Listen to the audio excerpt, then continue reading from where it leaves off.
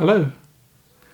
This is just a short testimony on how I found Jesus and how Jesus found me 23 years ago now.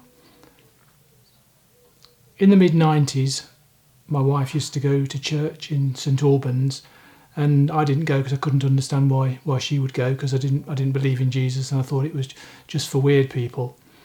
But then one day our son was poorly, and I thought, well, I've got nothing to lose, I might as well just go with her. And so I did, and went to the church, and I just didn't like the people. I thought they were very strange, and as soon as the service had finished I just ran off, sat in the car outside, and that carried on for quite a while actually. But gradually I got used to one or two people, and one or two people started chatting to me, but I didn't really like talking to them, and I still scarpered. I went and sat outside in the car.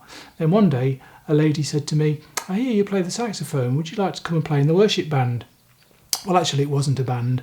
All it was a lady on the piano and 8 singers, most of them who didn't sing very well at all, and there were only 2 microphones between the 8. But the thing that attracted me was that there was a chap there called Andrew who played the clarinet, and he'd become my friend. So I thought to myself, yeah, I might as well come along and play in the band. Well, we had a hoot.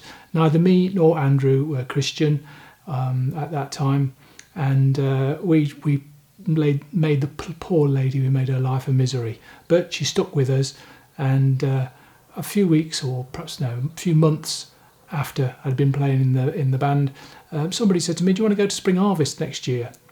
Well, I didn't know what Spring Harvest was, so I said, "What's Spring Harvest?" And they told me what it was, and I thought, oh, well, that sounds like fun, I'll go and see what's going on. So we went to Spring Harvest, and of course it was totally different for me. I'd never seen anything like it before. The music was absolutely fantastic. It was Robin Mark that was leading the music, there were drums, the whole thing was totally different. And I sort of fell in love with a song called Jesus All for Jesus. And when we came away from Spring Harvest, I thought, right, I'm going to try and find the music to that Jesus All for Jesus. I looked all over the place, couldn't find the music. I made 20 phone calls to different people trying to find the music. And then one person said to me, "Why don't you ring Stephen Doherty in Ireland? He's Robin Mark's agent." So I rang Stephen Doherty, and I said to him, "Hello, I'm chasing after the music for Jesus All for Jesus. Can you help me?"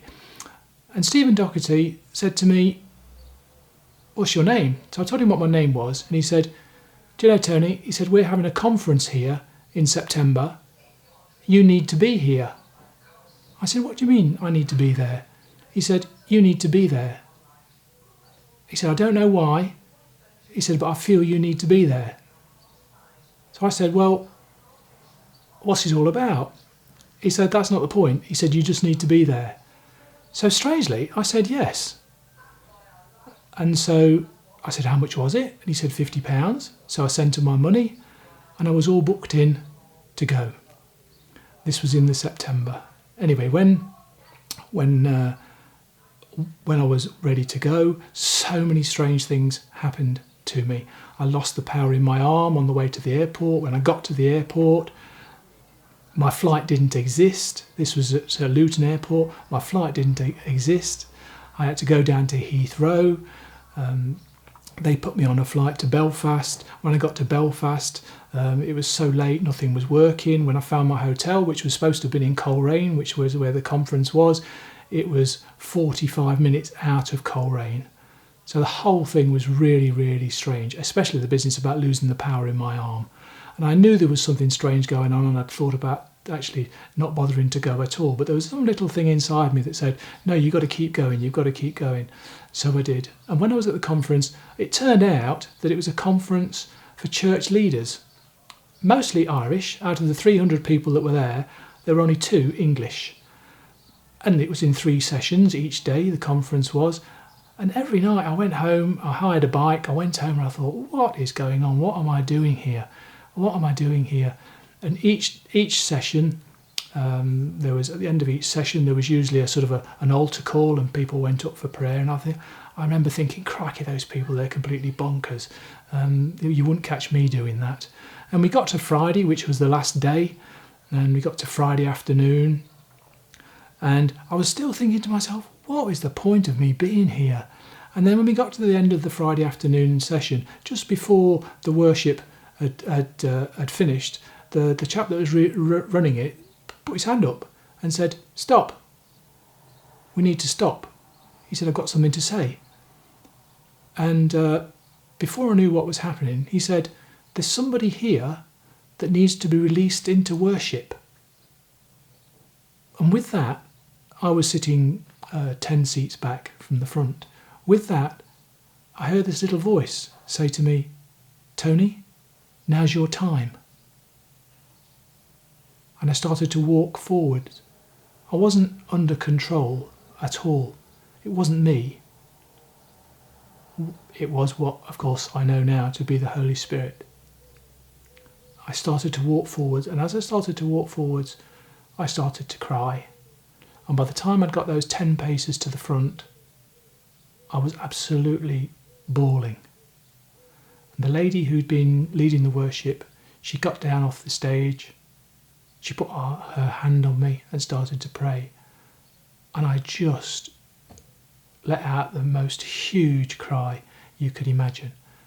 Of course, now I know this was the Holy Spirit working, and it was how I came to be a Christian. But the amazing thing was, if you remember, I told you that I'd been attracted to the music of Robin Mark when we were at Spring Harvest. It was actually Robin Mark that was leading the worship at that conference when the lady prayed for me. And he came down off the stage and prayed for me with a few other people. The conference session finished in the afternoon, and I was still there with all these people praying for me. And when I got home from the conference, I couldn't tell anybody about it because every time I tried to talk about it, I burst into tears. It was only 2 weeks afterwards that I managed to tell people what had happened. Even my wife, I couldn't tell her. But anyway, there are lots and lots and lots of things that I haven't had time to tell you about what happened during the course of that week. And if anybody wants to know a little bit more, if you want to hear the full testimony, then please let me know, and I'll be really happy to tell you. But anyway, that's my testimony. That's where the Holy Spirit found me, and that's where I became a Christian.